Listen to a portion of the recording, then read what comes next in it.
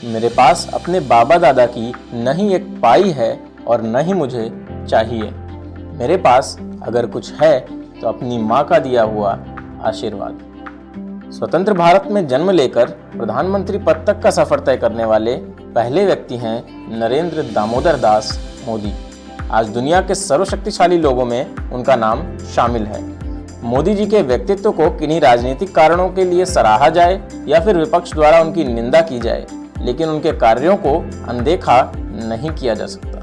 अपनी देशभक्ति और मेहनत के दम पर उन्होंने ऐसी सफलता हासिल की जिसकी किसी ने कल्पना भी नहीं की थी। कहते हैं ना, अगर आपके अंदर कुछ कर गुजरने की इच्छा हो तो कोई भी लक्ष्य कठिन नहीं होता। चाय बेचने से लेकर आरएसएस के प्रचारक, मुख्यमंत्री और फिर एक प्रभावी प्रधानमंत्री का उनका यह सफर उन्होंने कैसे तय किया, आइए जानते हैं। 17 सितंबर 1950 को बॉम्बे के मेहसाणा जिले में वडनगर नाम के गांव में जन्मे नरेंद्र का जीवन बहुत ही साधारण सा था। बॉम्बे, जो कि 1 मई 1960 से 2 राज्यों मुंबई और गुजरात में बढ़ चुका है। मोदी जी के पिता का नाम दामोदर दास मूलचंद मोदी था और उनकी माता का नाम हीराबेन मोदी है। उनका जन्म बहुत ही गरीब परिवार में हुआ था। जिस उम्र में बच्चे खेलने कूदने में अपना समय बिताते हैं, उस वक्त भी वे अपने घर की आर्थिक सहायता में जुटे रहते थे। बचपन में वह छोटे से कच्चे मकान में रहते थे। नरेंद्र अपने माता पिता की 6 संतानों में से उनके तीसरे बेटे हैं। नरेंद्र शुरू से ही काफी समझदार थे। वे बचपन में भी अपने पिता की चाय की दुकान, जो रेलवे स्टेशन के पास ही थी, वहां जाकर उनकी मदद करते थे। उन्होंने ट्रेन के डिब्बों में जाकर चाय बेची और बाद में उन्होंने अपना खुद का भी स्टॉल चलाया। महज 8 साल की उम्र में वे आरएसएस से जुड़ गए। इन सभी एक्टिविटीज के बाद भी नरेंद्र हमेशा पढ़ाई लिखाई पर पूरा ध्यान देते थे। उनके टीचर बताते हैं कि नरेंद्र पढ़ाई लिखाई में तो ठीक ठाक छात्र थे, लेकिन नाटकों और भाषणों आदि प्रतियोगिताओं में वे बढ़ चढ़कर भाग लेते थे। उनकी खेलकूद में भी बहुत रुचि थी। उन्होंने अपने स्कूल की पढ़ाई वडनगर से ही पूरी की। मात्र 13 साल की उम्र में नरेंद्र मोदी की सगाई यशोदा बहन चमनलाल से कर दी गई और फिर 17 साल में उनकी शादी हो गई। फाइनेंशियल एक्सप्रेस की न्यूज के अनुसार नरेंद्र और यशोदा ने कुछ वर्ष साथ बिताए थे, लेकिन कुछ समय बाद उनकी इच्छा से वे दोनों एक दूसरे से अलग हो गए थे। किंतु नरेंद्र मोदी के जीवन लेखन में ऐसा लिखा गया है कि उन दोनों की शादी जरूर हुई थी, लेकिन वे दोनों एक साथ नहीं रहे। शादी के कुछ वर्ष बाद नरेंद्र मोदी जी ने घर छोड़ दिया और एक तरह से उनका वैवाहिक जीवन लगभग समाप्त हो गया। मोदी जी का ऐसा मानना है कि शादीशुदा व्यक्ति के मुकाबले अविवाहित व्यक्ति भ्रष्टाचार के खिलाफ ज्यादा मुखरता और सशक्त तरीके से लड़ सकता है, क्योंकि उसे अपनी पत्नी, परिवार और बाल बच्चों की कोई चिंता नहीं रहती। उनमें देश के प्रति समर्पण की भावनाएं कहीं न कहीं बचपन से ही थीं, जो समय के साथ साथ उनमें अपनी जड़ें मजबूत करती गईं, जिसका परिचय उन्होंने 1962 में भारत चीन युद्ध के समय दिया। उस समय मोदी जी रेलवे स्टेशन पर जवानों से भरी ट्रेन में खाना और पानी ले जाते थे। 1965 में भारत पाकिस्तान के युद्ध के समय भी मोदी जी ने जवानों की खूब सेवा की थी। 1971 में वह आरएसएस के प्रचारक बन गए और अपना पूरा समय आरएसएस को देने लगे। मोदी जी सुबह 5 बजे से उठकर देर रात तक काम करते थे। प्रचारक होने की वजह से उन्होंने अलग अलग जगहों की समस्याओं को जाकर वहां बहुत करीब से उसे समझा। भारतीय जनता पार्टी का आधार मजबूत करने में उन्होंने महत्वपूर्ण भूमिका निभाई।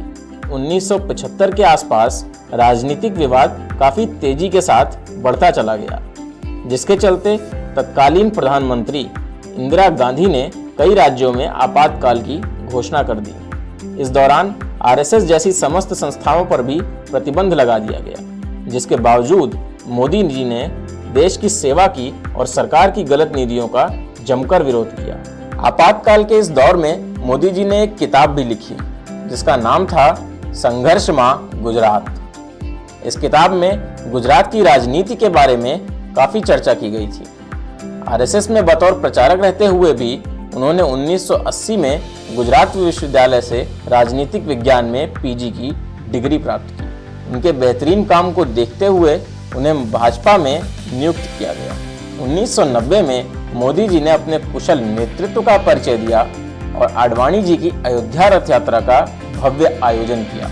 इस यात्रा के बाद भाजपा के वरिष्ठ नेतागण उनसे काफी प्रभावित हुए और समय के साथ साथ उनके अद्भुत कार्यों की बदौलत भाजपा में उनका महत्व बढ़ता चला गया। आखिरकार फल मिला और मोदी जी की मेहनत रंग लाई। 1995 के विधानसभा चुनाव में पार्टी ने गुजरात में बहुमत से अपनी सरकार बनाई। शंकर सिंह वाघेला और मोदी जी के बीच में थोड़ी अनबन होने के बाद वाघेला ने पार्टी से रिजाइन दे दिया।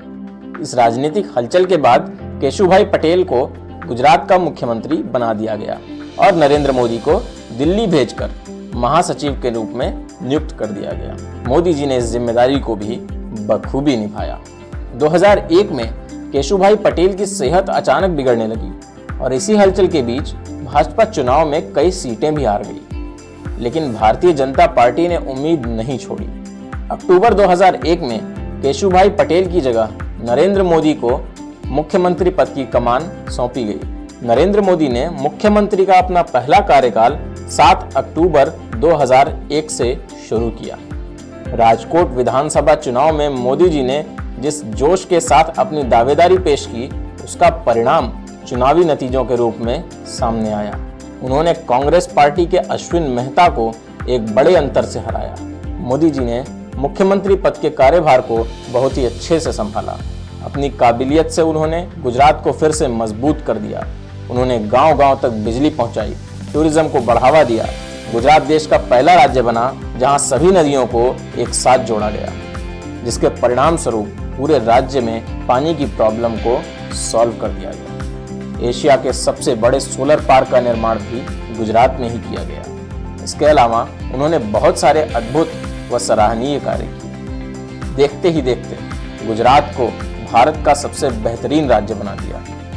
उनके कार्यों की गूंज इतनी थी कि वो खुद गुजरात के सबसे लोकप्रिय मुख्यमंत्री बन गए। इस बीच मार्च 2002 में गुजरात के गोधरा कांड को मोदी जी के नाम जोड़ा गया।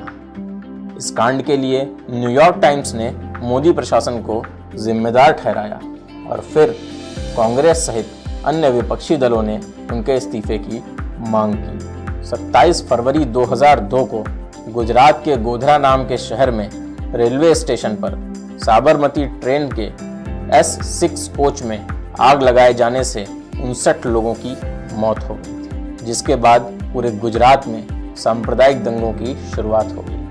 28 फरवरी 2002 को गुजरात के कई इलाकों में बहुत ज़्यादा दंगे भड़क गए। इस घटना में 1200 से अधिक लोग मारे गए। घटना की जांच के लिए उच्चतम न्यायालय ने विशेष जांच दल बनाया और फिर दिसंबर 2010 में जांच दल की रिपोर्ट के आधार पर फैसला सुनाया। इन दंगों में नरेंद्र मोदी के खिलाफ कोई ठोस सबूत नहीं मिला। एक अच्छी छवि के नेता नरेंद्र मोदी जी ने गुजरात में कई हिंदू मंदिरों को ध्वस्त किया है, जो सरकारी कार्यों के मुताबिक नहीं बने थे, जिसके लिए उन्हें विश्व हिंदू परिषद जैसे संगठनों की निंदा का सामना भी करना पड़ा। लेकिन इन सब की उन्होंने कभी परवाह नहीं की और जो सही था उन्होंने वही किया। उनके सही फैसलों और अच्छे कार्यों की वजह से वो लगातार 4 बार मुख्यमंत्री बने। गुजरात में मोदी जी की सफलता देखकर पार्टी के शीर्ष नेतृत्व ने उन्हें 2014 के लोकसभा चुनावों का प्रधानमंत्री उम्मीदवार घोषित किया। इस घोषणा के साथ ही मोदी जी ने पूरे भारत में अनगिनत रैलियां की। सोशल मीडिया के इस जमाने में शायद यह पहला चुनाव था जिसमें सोशल मीडिया ने प्रचार प्रसार में अहम भूमिका निभाई, जिसका भरपूर लाभ मोदी जी ने उठाया। उन्होंने करोड़ों लोगों तक अपनी बात रखी। मोदी जी के अद्भुत विकासशील कार्य, उनके प्रेरणादायक भाषण, देश के लिए उनका प्यार और उनकी सकारात्मक सोच ने उन्हें पूर्ण बहुमत से विजयी बनाया। उनकी इस भव्य जीत के साथ ही भारतीय जनता पार्टी ने 10 साल बाद केंद्र में सरकार बनाई। मोदी जी भारत के 15वें प्रधानमंत्री बने और शानदार कार्य के बूते 2019 में मोदी सरकार को दोबारा अपार समर्थन मिला और भाजपा ने बहुमत का इतिहास रचा। मोदी सरकार के कार्यकाल के दौरान कई बड़े और अहम मुद्दों को सुलझाया गया, जैसे 370 का मुद्दा, 3 तलाक, 35A, और लगभग दशकों से चल रहा राम मंदिर निर्माण का मामला भी शांतिपूर्ण रूप से खत्म किया गया। भ्रष्टाचार के दौर में देश को ऐसा प्रधानमंत्री मिला जो मेहनती है, 18 घंटे काम करता है और कुछ ही घंटे सोता है। मोदी जी का कहना है कि कड़ी मेहनत कभी थकान नहीं लाती है तो बस संतोष। शुद्ध शाकाहारी जीवन जीने वाले मोदी जी नवरात्र के 9 दिन व्रत रखते हैं और अपनी सेहत का भी बहुत ध्यान रखते हैं। वह दुनिया के किसी भी कोने में हों लेकिन प्रतिदिन योग करते हैं। उनके जीवन में अगर उन्हें किसी से अत्यधिक प्रेम है तो वो उनकी माँ है, जिनसे वो बहुत प्यार करते हैं।